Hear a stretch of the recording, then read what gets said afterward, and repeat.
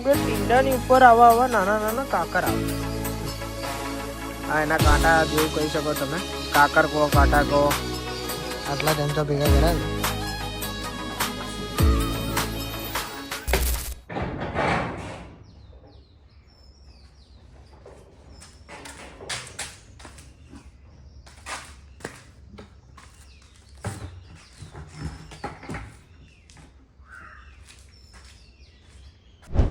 તો ડોલ આપણે લઈ લીધી છે, પતરી લેવાની બાકી છે અને આજે આપણે જઈએ છીએ ટીંડાનું હાર્વેસ્ટિંગ કરવા માટે.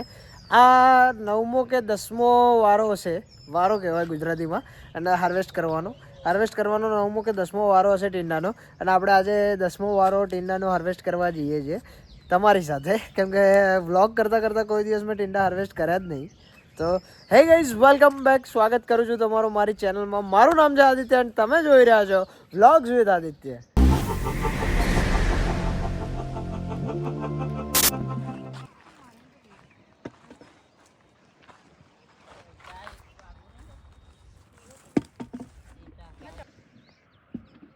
ચમચા ગણવાના આપણે ચાલુ કરી દીધા છે એન્ડ આમાં આટલે આપણે પહોંચ્યા છે ને આટલા ચમચા ભેગા કર્યા છે.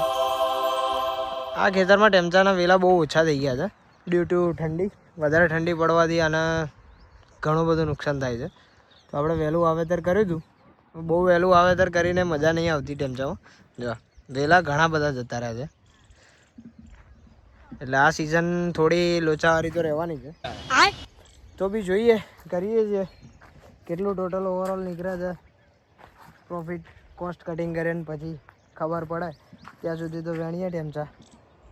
આ ગઈ ફેરનો વારો 88 kg 88 કિલોનો મળ્યો હતો. આ ફેર જોઈએ 100 કિલો પહોંચે છે કે નહીં. કદાચ તો નહીં પહોંચે, કેમ કે આ ફેર ઓછા થવાનો માલ. એટલે બતાવું તમને સેટિંગ થયેલા હોય ટેમચા. જો આવી રીતે સેટ થાય.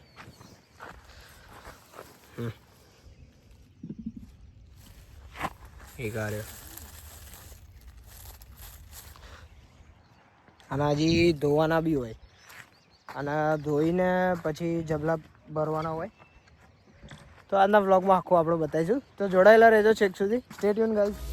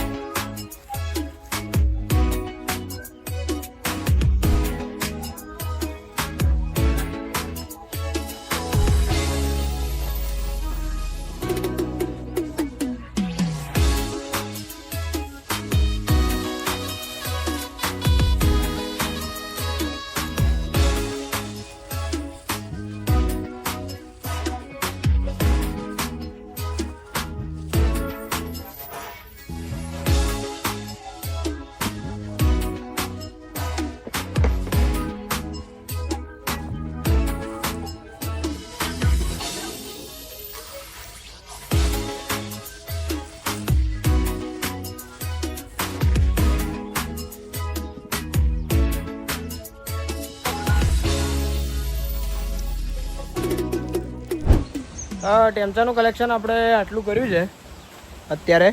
4 ડોલો અને બીજી ડોલો હજી પાછળ આવે છે. અને અત્યારે તો ચાની બ્રેકમાં આપણે બેઠા છીએ. ચા પી લઈએ. 10:30 થઈ ગયા છે. ખેતર ઓલમોસ્ટ પૂરું થવા આવ્યું અને પાણી આપણું ચાલુ છે. ટેમચામાં જાય છે થોડું ઘણું પાણી. ટેમચા ગુજરાતીમાં ટેમચા કહેવાય, ઇંગ્લિશમાં ટીંડા, હિન્દીમાં ટીંડા. એટલે આમ તો મોસ્ટલી આપણે ગુજરાતી નહીં ખાતા આ વસ્તુ, એટલે ટેમચા આપણે બહુ ઓછા કહીએ છીએ. પણ જે ખાય છે એમને ખબર છે કે બહુ મસ્ત એનું શાક બને છે. તો રિકમેન્ડ કરાય કે ભાઈ ખાજો, ટેમચા સારા લાગે છે. એન્ડ જોઈતા હોય તો કોન્ટેક્ટ કરજો. જેટલા બી વ્યૂઝ આપણા આવે છે, કેમ કે એ બધા ઓલમોસ્ટ ઘરના જ લોકો છે જે વધારે જોવે છે એ બ્લોગ્સ આપણા.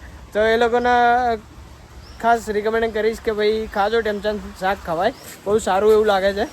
અને જોઈતા હોય તો કોલ કરજો. ટોટલ આટલી ડોલો હાર્વેસ્ટ કરી હતી ટેમચાની. એટલે આટલા ટીંડા આપણે તોડ્યા હતા આજે. અને એના આવી રીતે આપણે એક જુગાડ બનાવીને રાખ્યો છે. ડ્રમને ઊભું કટ કરી દીધું, એક ભાગ ને એક આ ભાગ. અને આની અંદર આપણે ટેમચા એટલે ટીંડા ઢાંકીને રાખ્યા છે આ રીતના કંઈક.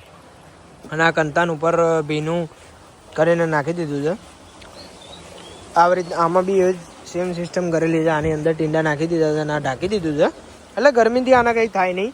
અને હવે આની અંદર પાણી ભરવાનું આવશે. આમાં પાણી ભરી દેવાનું, પછી આને ધોવા પડે. કેમ કે ટીંડાની ઉપર આવા નાના નાના કાકર આવે. હા, એના કાંટા જેવું કહી શકો તમે, કાકર કહો, કાંટા કહો, તો એવું આવે ટીંડા ઉપર. એટલે આને ધોવા પડે અને ધોઈને જે કાંકર રિમૂવ થયા પછી એને અહીંયા ચાદર પાથરવામાં આવશે. ચાદર પાથરીને ઢગલો કરીને મૂકી રાખવાના. પવનથી વવરાઈ જાય એટલે પાણી એનું થોડું થોડું ઓછું થઈ જાય એટલે જબલા ભરી દેવાના થાય. જબલા ભરીને પછી અમદાવાદના માર્કેટમાં એટલે જમાલપુર જશે આ આપણા ટીંડા, તો જમાલપુર મોકલી દેવાના આવશે. બસ આ આટલી પ્રોસેસ એની. શાકભાજીમાં કેવું છે કે રિસ્ક કરે થોડું તમને, તમે એઝ અ શેર બજાર ગણી શકો. કેમ કે આ એક સિઝન તમારી એક જ સિઝન હોય. આ સમજો 3 મહિનાની સિઝન છે ટીંડાની, તો 3 મહિનાની અંદર જેટલું આઉટકમ, જેટલા ટીંડા તમે હાર્વેસ્ટ કર્યા એટલો એ પ્રમાણે તમારો પ્રોફિટ બને. અને કેટલી દવાઓ યુઝ થઈ, કેટલું ફર્ટિલાઇઝર યુઝ થયું, એ બધું કોસ્ટ માઇનસ કર્યા પછી તમને ટોટલ પ્રોફિટ ખબર પડે. કેમ કે આ ફેર આપણી સિઝન ઓલમોસ્ટ ફેલ જ ગઈ છે, એટલે એટલા બધા પૈસા મળવાના નથી. આવું અપડાઉન્સ તો ચાલે જ કરે ખેતીમાં અને ફોલોઅપ કરવું જ પડે. અને એટલે આ સિઝન આપણી ફેલ થઈ. હવે નેક્સ્ટ ટ્રાય એટલે સીધું નેક્સ્ટ યર થાય. કેમ કે ટીંડા મોસ્ટલી સમરની વસ્તુ છે અને આપણે આના બહુ વહેલા વાવેતર કરવાથી જે ઠંડી આ ફેર વધારે પડી એના લીધે ઘણા એવા છોડવા આપણા લોસ થઈ ગયા છે. તો એ બધું નુકસાન બધું ફોલોઅપ કર્યા પછી આપણને જે આઉટકમ નીકળે એ જોઈએ. કેમ કે ખર્ચો આપણો વધી ગયો આ ફેર. કેમ કે એના બચાવવા માટે આપણે જે મરતા હતા છોડવા એ લોકોને એ વેલાને બચાવવા માટે આપણે ઘણી બધી ફંગીસાઇડ્સને સ્પ્રે લીધા અને ડ્રિંચિંગ કર્યા, પણ તો બી કોઈ રિકવર કે રિઝલ્ટ મળ્યું નથી. એટલે ઘણો એવો લોસ થવાનો છે આમાં. એટલે અને ના કરવું ઇઝ નોટ ધ ઓપ્શન. ખેતીમાં એવું છે, શાકભાજીમાં મોસ્ટલી, કે તમારે સિઝન ફોલોઅપ કરતું જ રહેવું પડે. જેમ કે આ સાલ કર્યું તો નેક્સ્ટ યર બી કરવા જ પડે. ભલે આ ફેરે તમારો લોસ થયો પણ નેક્સ્ટ યર તમારે ટ્રાય કરતું જ રહેવું પડે. એન્ડ 3 વર્ષે એકવાર તમને એવો ચાન્સ મળે કે સારા એવા પૈસા મળી જાય, જે 3 વર્ષના ઇક્વલ ડિવાઈડમાં આવી જાય. તો ફોલોઅપ કરતું જ રહેવું પડે. એન્ડ આ તો કંઈક આપણો આજનો બ્લોગ ટીંડાનો ચમચાનો. હજી આના પ્રોસેસ બધી બાકી રહી.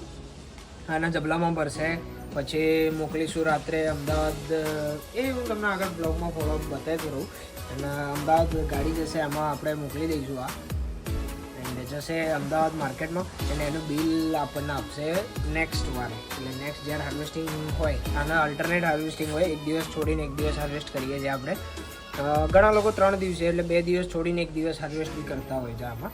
એન્ડ આપણે એવું સેટઅપ નહીં થતો, તો આપણે એ રીતના હાર્વેસ્ટ કરીએ.